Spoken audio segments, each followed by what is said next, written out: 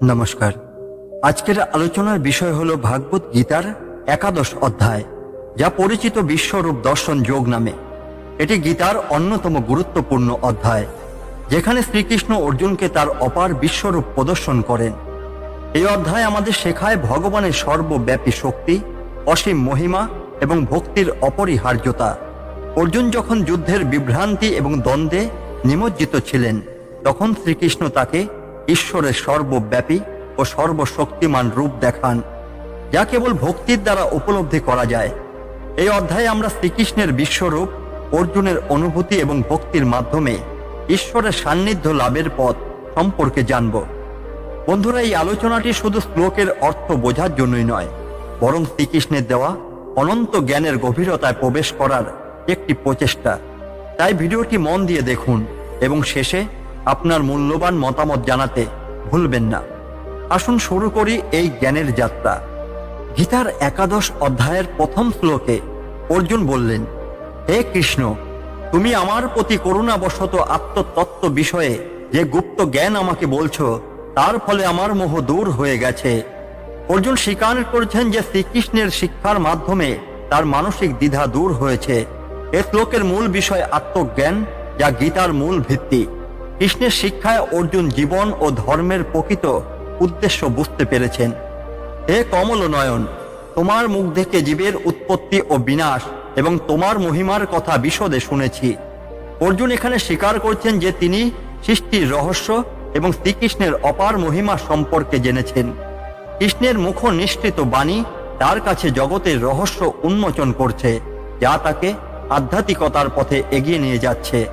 হে পরমেশ্বর, তুমি যেভাবে নিজেকে বর্ণনা করছো তা সত্য। এখন আমি তোমার ঐশ্বরিক রূপ দর্শন করতে চাই। হে পুরুষোত্তম, অর্জুন শ্রীকৃষ্ণের পরম দিব্য রূপ দর্শনের জন্য আকাঙ্ক্ষা প্রকাশ করছেন। এখানে অর্জুনের আধ্যাত্মিক কৌতূহল ও বিশ্বাস প্রতিফলিত হয়েছে। তিনি জগৎ পালকের অসীম রূপ প্রত্যক্ষ করতে ইচ্ছুক। হে প্রভু, তুমি যদি মনে করো যে আমি তোমার সেই রূপ দেখতে সক্ষম, তবে হে যোগেশ্বর, আমাকে তোমার চিরন্তন রূপ দেখাও। অর্জুন শ্রীকৃষ্ণের কাছে বিনীতভাবে অনুরোধ করছেন তার বিশ্বরূপ দেখার জন্য। এখানে তার নম্রতা ও শ্রীকৃষ্ণের প্রতি পূর্ণ বিশ্বাস প্রতিফলিত হয়েছে। শ্রীকৃষ্ণ বলেন, হে পার্থ, তুমি আমার শত শত হাজার হাজার দেবীর রূপ দেখো, যা নানাবিধ ও নানা বর্ণের। শ্রীকৃষ্ণ অর্জুনকে আশ্বাস দিচ্ছেন যে তিনি তার অনন্ত রূপ প্রকাশ করবেন। এই রূপগুলো তার সর্বশক্তিমান ও সর্বব্যাপী স্বরূপের প্রতীক। হে ভারত, তুমি আদিত্য, বসু, রুদ্র, অশ্বিনী কুমার এবং মরুদদেরও দেখো, আরো বহু অদেখা আশ্চর্য দর্শন করো। শ্রীকৃষ্ণ অর্জুনকে তার বিশ্বরূপের অন্তর্ভুক্ত বিভিন্ন দেবতাদের এবং অতীত, বর্তমান ও ভবিষ্যতের সমস্ত জাগতিক এবং আধ্যাত্মিক শক্তির রূপ দেখানোর প্রস্তাব দিচ্ছেন। এখানে কেবল একক কৃষ্ণই নয়, সমগ্র ব্রহ্মাণ্ডের মধ্যে তার অস্তিত্ব তুলে ধরা হয়েছে। হে গুরাকেশ, আমার দেহে আজ এই সচরাচর সমগ্র জগৎ একত্রে দেখো এবং যা দেখতে চাও তাও দেখো। শ্রীকৃষ্ণ অর্জুনকে বলছেন যে তার বিশ্বরূপে সমগ্র সৃষ্টি উপস্থিত, জীবিত এবং জড় সমস্ত কিছু একত্রে শ্রীকৃষ্ণের দেহে অন্তর্ভুক্ত। এটি জগতের অখণ্ডতা এবং শ্রীকৃষ্ণের সর্বব্যাপিতা প্রকাশ করে। তুমি সাধারণ চোখ দিয়ে আমার এই রূপ দেখতে সক্ষম নও, তাই আমি তোমাকে দিব্য দৃষ্টি দান করছি। এখন আমার ঐশ্বরিক যোগ শক্তি দেখো। শ্রীকৃষ্ণ এখানে ব্যাখ্যা করছেন যে তার বিশ্বরূপ সাধারণ চক্ষুর দ্বারা দেখাই যায় না। এটি দেখতে হলে আধ্যাত্মিক উপলব্ধি প্রয়োজন। দিব্য দৃষ্টি প্রদানের মাধ্যমে শ্রীকৃষ্ণ অর্জুনকে তার বিশাল রূপ দেখার ক্ষমতা দান করেন।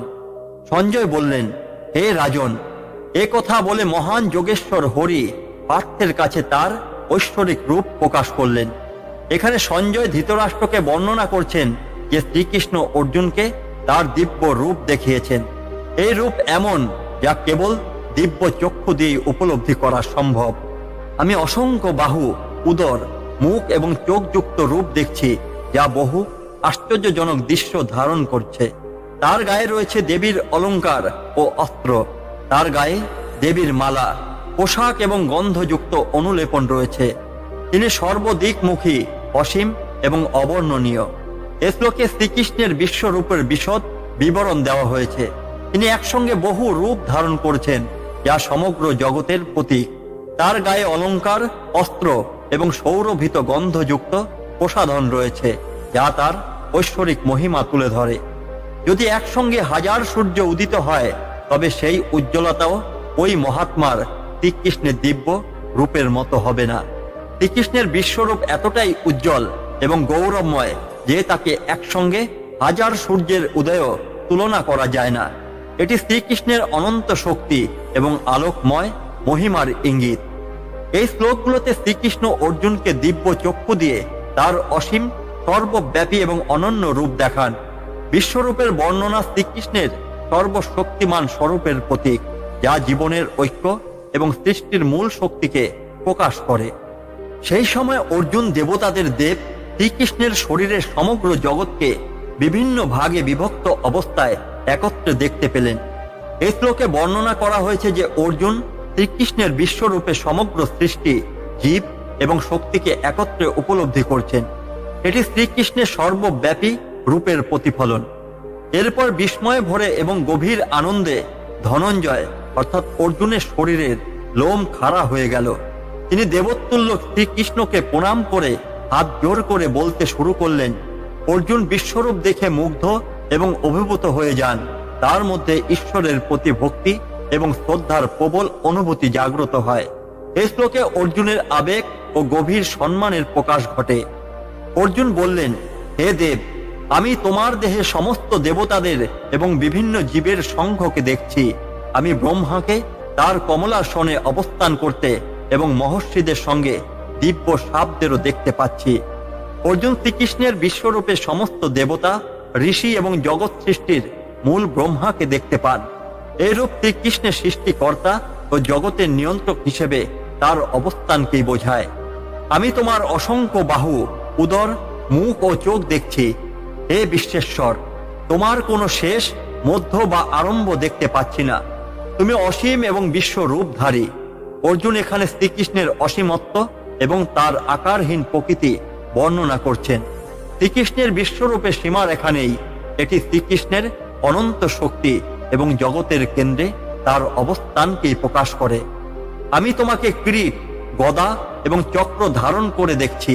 তুমি সর্বদিক থেকে উজ্জ্বল দীপ্তিতে ভাস্বর। তোমার রূপ এত উজ্জ্বল যে তাকানো প্রায় অসম্ভব। তুমি যেন অগ্নিরূপে জ্বলন্ত। অর্জুন শ্রীকৃষ্ণের ঐশ্বরিক অস্ত্র এবং তাদের অগ্নির মতো উজ্জ্বল রূপ বর্ণনা করছেন। এটি তার অসীম শক্তি এবং তার জগতের রক্ষক স্বরূপ নির্দেশ করে। তুমি হলেন অক্ষর, অবিনশ্বর এবং পরম জ্ঞান। তুমি এই জগতের পরম আশ্রয়। তুমি চিরস্থায়ী, চিরন্তন ধর্মের রক্ষক এবং শাশ্বত পুরুষ। অর্জুন শ্রীকৃষ্ণকে অবিনশ্বর এবং সমগ্র জগতের উৎস ও আশ্রয় হিসেবে চিহ্নিত করছেন। তিনি শাশ্বত ধর্মের ধারক ও পালনকর্তা। এই শ্লোকে শ্রীকৃষ্ণের চিরন্তন এবং সর্বশক্তিমান সত্তাকে প্রশংসা করা হয়েছে। তুমি অনাদি, শুরুহীন, মধ্যবিহীন এবং অনন্ত শক্তিশালী। তোমার অসংখ্য বাহু, চন্দ্র ও সূর্যের মতো চোখ এবং জ্বলন্ত অগ্নির মতো মুখ রয়েছে। তোমার তেজ পুরো বিশ্বকে উত্তপ্ত করছে। এই শ্লোকে অর্জুন শ্রীকৃষ্ণের শক্তি এবং মহিমাকে বর্ণনা করছেন। শ্রীকৃষ্ণের তেজ জগতের সমস্ত শক্তির উৎস এবং তার রূপ চন্দ্র ও সূর্যের মতোই প্রখর। তুমি স্বয়ং আকাশ ও পৃথিবীর মধ্যবর্তী সমস্ত স্থান পূর্ণ করে আছো। তোমার এই আশ্চর্যজনক ভয়ঙ্কর রূপ দেখে তিনটি লোক, স্বর্গ, মর্ত ও পাতাল ভীত ও প্রকম্পিত। অর্জুন উপলব্ধি করছেন যে শ্রীকৃষ্ণের রূপ কেবল পৃথিবী নয়, সমগ্র ব্রহ্মাণ্ডে ছড়িয়ে রয়েছে। এই রূপ এত শক্তিশালী ও ভয়ঙ্কর যে এটি দেবতা ও মানব উভয়ের মধ্যেই ভীতি সৃষ্টি করে। এটি শ্রীকৃষ্ণের সর্বব্যাপী শক্তির পরিচয়। এই শ্লোকগুলোতে শ্রীকৃষ্ণের বিশ্বরূপের বর্ণনা আরো বিস্তৃত হয়েছে। অর্জুন তার রূপে জগতের সমস্ত দেবতা, শক্তি সৃষ্টি এবং ধ্বংসকে একত্রে উপলব্ধি করছেন। এটি শ্রীকৃষ্ণের মহিমা এবং জগতের কেন্দ্রস্থলে তার অবস্থানকে বোঝায়। অনেক দেবগণ তোমার মধ্যে প্রবেশ করছেন। কেউ কেউ ভয়ে হাত জোর করে প্রণাম করছেন। মহর্ষি ও সিদ্ধগণ তোমাকে স্বস্তি বলে সম্মান জানাচ্ছেন এবং মহান তব গানের মাধ্যমে তোমাকে বন্দনা করছেন। শ্রীকৃষ্ণের বিশ্বরূপ দেখে দেবতা ও ঋষিগণ মুগ্ধ ও অভিভূত হচ্ছেন। তাদের মধ্যে কেউ ভয়ে, কেউ আনন্দে, আবার কেউ গভীর শ্রদ্ধায় শ্রীকৃষ্ণকে প্রণাম করছেন। এটি জগতের প্রতি শ্রীকৃষ্ণের প্রভাব এবং তার শ্রদ্ধাযোগ্য মহিমা বোঝায়। রুদ্র, আদিত্য বসু, অশ্বিনী কুমার, মরুদ্গণ এবং ঋষিগণ সবাই তোমার এই জ্যোতির্ময় রূপের মধ্যে প্রবেশ করছেন।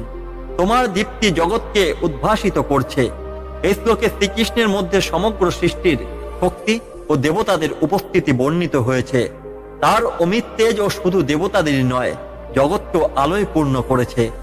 তোমার এই অসীম রূপ, অসংখ্য মুখ, চোখ, বাহু এবং পা দেখে সমস্ত প্রাণী ভীত ও অভিভূত। আমি এর রূপ দেখে বিচলিত হয়েছি। অর্জুন শ্রীকৃষ্ণের বিশ্বরূপ দেখে মুগ্ধ হলেও এর ভয়ঙ্কর এবং অনন্ত রূপ তাকে ভীত করছে। এটি মানব মনের সীমাবদ্ধতা এবং শ্রীকৃষ্ণের অসীমত্বের প্রতিফলন। তোমার রূপ আকাশ পর্যন্ত বিস্তৃত, উজ্জ্বল এবং বহু বর্ণময়। তোমার মুখগুলো জ্বলন্ত এবং তোমার বিশাল চোখগুলো দীপ্ত। এই রূপ দেখে আমার অন্তরাত্মা ভীত হয়েছে। হে বিষ্ণু, আমি ধৈর্য ও শান্তি হারিয়ে ফেলেছি। অর্জুন অনুভব করছেন যে শ্রীকৃষ্ণের এই অসীম রূপ তার সামান্য মানবীয় চেতনার জন্য অনন্ত শক্তিশালী। অর্জুন অনুভব করছেন যে শ্রীকৃষ্ণের এই অসীম রূপ তার সামান্য মানবীয় চেতনার জন্য অত্যন্ত শক্তিশালী। তিনি ধৈর্য ও মানসিক শান্তি হারিয়ে ফেলেছেন। তোমার দমস্কার মতো ভয়ঙ্কর মুখগুলো দেখে যা প্রলয়ের আগুনের মতো আমি দিক জ্ঞান হারিয়েছি। হে দেবেশ, হে জগন্নিবাস, দয়া করে শান্ত হও। অর্জুন শ্রীকৃষ্ণের বিশ্বরূপে ধ্বংসের ভয়ঙ্কর দিক দেখে আতঙ্কিত হয়ে ওঠেন। তিনি শ্রীকৃষ্ণের কাছে করুণার জন্য প্রার্থনা করেন।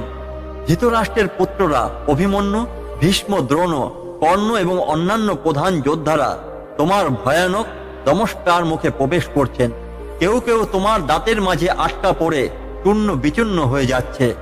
এই শ্লোকে শ্রীকৃষ্ণের ধ্বংসাত্মক রূপ প্রকাশিত হয়েছে।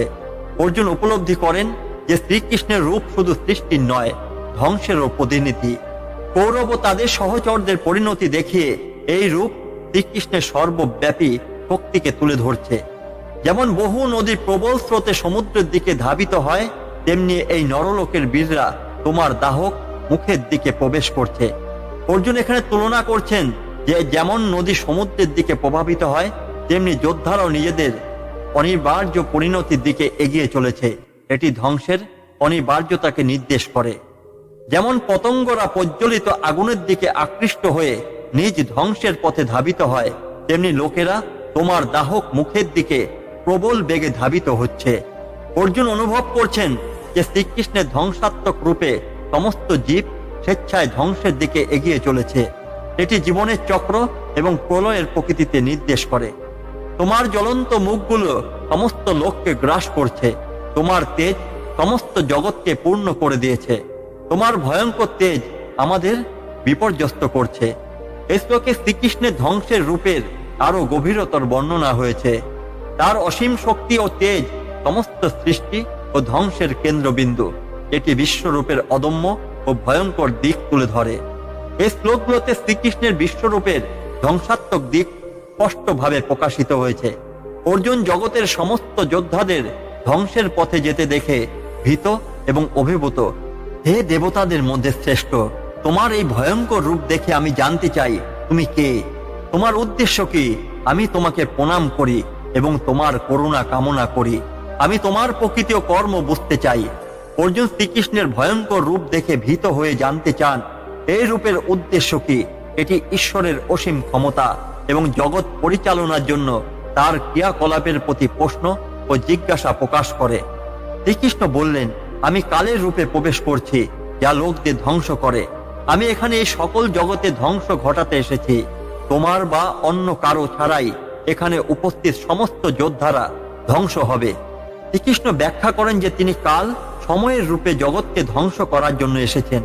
এটি বোঝায় যে সমস্ত কিছু সময়ের সঙ্গে ধ্বংস হবে এবং এটি ঈশ্বরের নিয়ম অনুযায়ী ঘটে। অতএব ওঠো এবং যশ লাভ করো। তোমার শত্রুদের পরাজিত করে ঐশ্বর্যশালী রাজ্য ভোগ করো। এই যোদ্ধারা তোমার ইচ্ছায় পূর্বেই নিহত হয়েছে।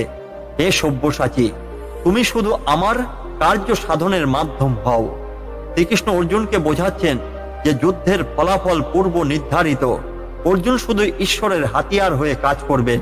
এটি কর্মের নৈর্ব্যক্তিক দৃষ্টিভঙ্গির উদাহরণ। দ্রোণ, ভীষ্ম, জয়দ্রথ, কর্ণ এবং অন্যান্য বীর যোদ্ধারা আমার দ্বারা ইতিমধ্যে নিহত হয়েছে। তুমি কেবল তাদের হত্যা করো, ভয় করো না। যুদ্ধে তুমি অবশ্যই তোমার শত্রুদের পরাজিত করবে। শ্রীকৃষ্ণ অর্জুনকে সাহস, আত্মবিশ্বাস প্রদান করেন। তিনি বলেন, যে সমস্ত কর্ম ইতিমধ্যে নির্ধারিত, অর্জুন কেবলমাত্র কার্য সাধনের মাধ্যম। সঞ্জয় বললেন, কেশবের এই কথা শুনে অর্জুন হাত জোর করে ভয়ে কাঁপতে কাঁপতে গভীর শ্রদ্ধায় শ্রীকৃষ্ণকে প্রণাম করলেন এবং কাপা কণ্ঠে তাকে উদ্দেশ্য করে বলতে লাগলেন। অর্জুনের ভীতি, শ্রদ্ধা এবং ঈশ্বরের মহিমার প্রতি বিস্ময় প্রকাশিত হয়েছে। তিনি এই বিশাল রূপের প্রভাব থেকে নিজেকে মুক্ত করতে শ্রীকৃষ্ণের শরণাপন্ন হন। অর্জুন বললেন, হে মহান আত্মা, তোমার মহিমার প্রশংসায় এই জগৎ প্রসন্ন। অসুরেরা পালাচ্ছে এবং সিদ্ধগণ তোমাকে প্রণাম করে কীর্তন করছেন। অর্জুন উপলব্ধি করেন যে শ্রীকৃষ্ণের মহিমা দেখে সৎ লোকেরা আনন্দিত হয়, কিন্তু অসৎ লোকেরা ভীত হয়ে পালিয়ে যায়। এটি শ্রীকৃষ্ণের ন্যায় এবং শক্তিকেই বোঝায়। হে মহান আত্মা, হে দেবেশ, হে জগন্নিবাস, তোমার প্রতি কেন কেউ শ্রদ্ধা নিবেদন করবে না? তুমি ব্রহ্মারও জন্মদাতা।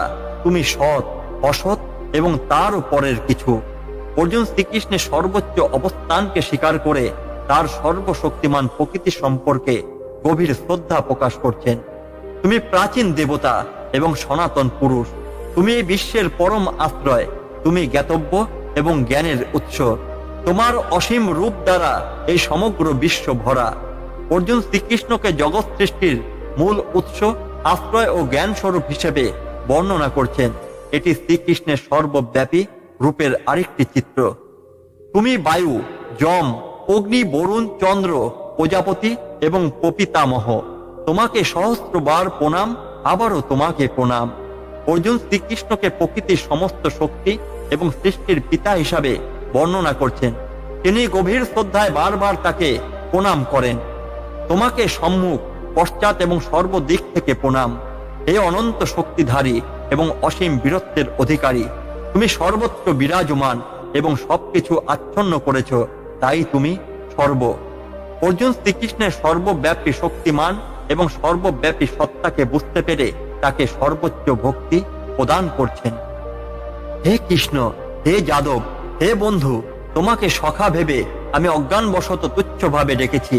আমি তোমার এই অসীম মহিমা জানতাম না।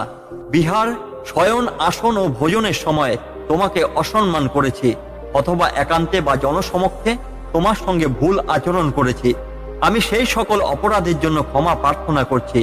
অর্জুন বুঝতে পারছেন যে তিনি পূর্বে শ্রীকৃষ্ণকে মানব বন্ধু হিসেবে দেখেছিলেন এবং তার অসীম মহিমা উপলব্ধি করতে পারেননি।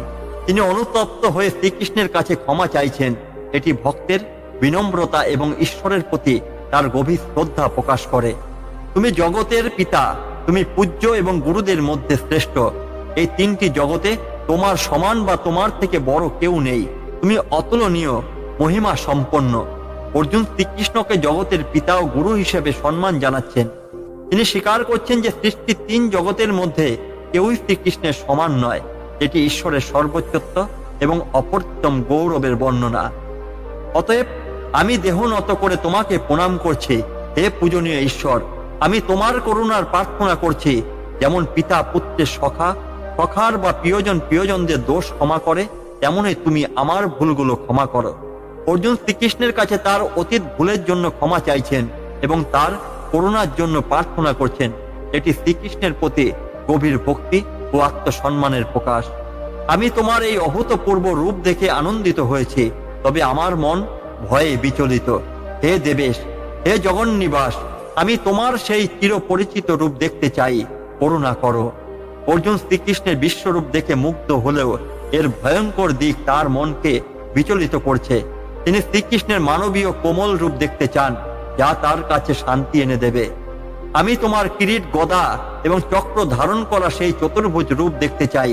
হে বিশ্বমূর্ত, হে সহস্র বাহু, দয়া করে সেই রূপ ধারণ করো। অর্জুন শ্রীকৃষ্ণকে অনুরোধ করছেন তিনি যেন তার মানব মিশ্রিত চতুর্ভুজ রূপে আবির্ভূত হন। এটি অর্জুনের শান্তি ও স্বস্তি কামনার প্রতিফল। শ্রীকৃষ্ণ বলেন, হে অর্জুন, আমার প্রসন্নতায় আমি আত্মযোগ দ্বারা তোমাকে এই পরম রূপ দেখিয়েছি। এটি আমার তেজময় অনন্ত এবং প্রাচীন রূপ, যা তোমার আগে আর কেউ দেখেনি। শ্রীকৃষ্ণ অর্জুনকে বোঝাচ্ছেন যে বিশ্বরূপ কেবল তার ইচ্ছাতেই দেখা যায়। এটি ঈশ্বরের মহিমা এবং তার করুণার নিদর্শন। আমাকে বেদ, তপস্যা, দান বা যজ্ঞ দ্বারা এই রূপে দেখা সম্ভব নয়। তুমি যেমন আমাকে দেখেছ তা অন্য কোনো উপায়ে সম্ভব নয়। শ্রীকৃষ্ণ বলেন যে বিশ্বরূপ দর্শন কেবলমাত্র ভক্তি এবং ঈশ্বরের করুণার দ্বারাই সম্ভব। এটি সাধারণ পদ্ধতিতে অর্জন করা যায় না। তুমি ভীত বা বিভ্রান্ত হয়েও না। আমার এই ভয়ঙ্কর রূপ দেখে ভয় ত্যাগ করো এবং প্রীত মন নিয়ে আমার সেই চির পরিচিত রূপ পুনরায় দেখো। শ্রীকৃষ্ণ অর্জুনকে আশ্বস্ত করছেন এবং তাকে ভীতিহীন হতে বলছেন। তিনি তার ভক্তের শান্তির জন্য তার কোমল রূপ ধারণ করতে প্রস্তুত। সঞ্জয় বললেন, বাসুদেব অর্জুনকে এই কথা বলে তার চিরপরিচিত রূপ পুনরায় প্রদর্শন করলেন এবং তাকে শান্ত করলেন। মহাত্মা শ্রীকৃষ্ণ আবার তার মধুর রূপ ধারণ করলেন। শ্রীকৃষ্ণ তার ভয়ঙ্কর বিশ্বরূপ পরিত্যাগ করে তার সুমধুর রূপে ফিরে এলেন। এটি ঈশ্বরের ভক্তদের প্রতি দয়া এবং স্নেহের প্রতীক। এই শ্লোকগুলোতে অর্জুনের অনুশোচনা, ভক্তি এবং শ্রীকৃষ্ণের করুণা ফুটে উঠেছে।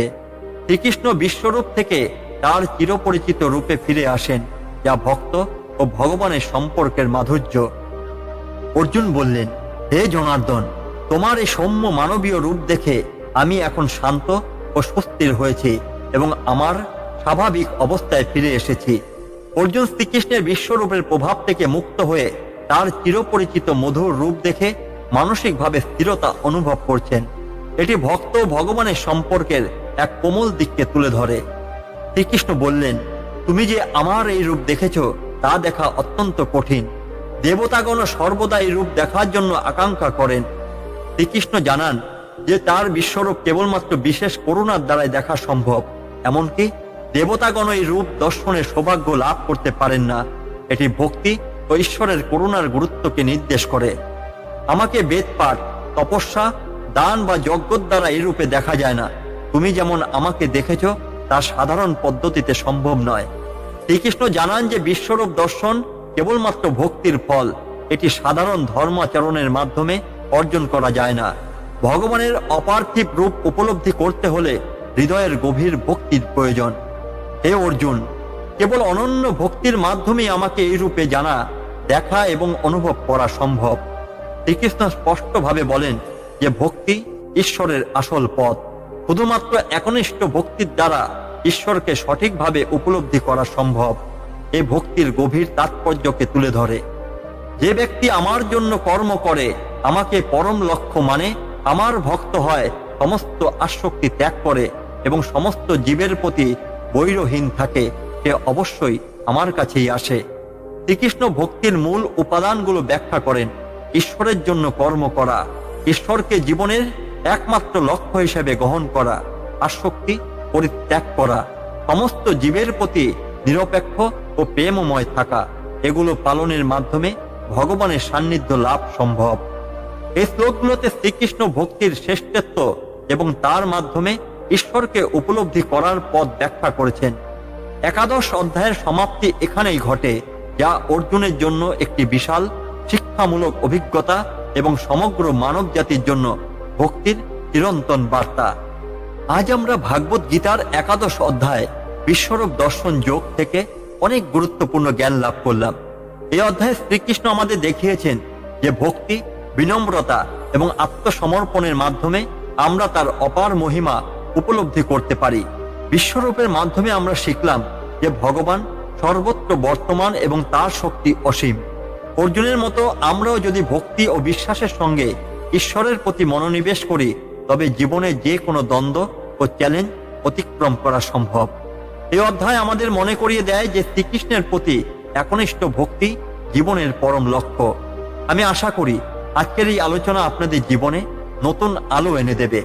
ভিডিওটি ভালো লাগলে লাইক ও শেয়ার করতে ভুলবেন না এবং আপনার মতামত কমেন্টে জানাবেন এবং নতুন নতুন বিষয় নিয়ে আসার জন্য চ্যানেলটি সাবস্ক্রাইব করুন। আজকের মতো এখানেই শেষ করছি। আবার দেখা হবে পরবর্তী ভিডিওতে। ধন্যবাদ।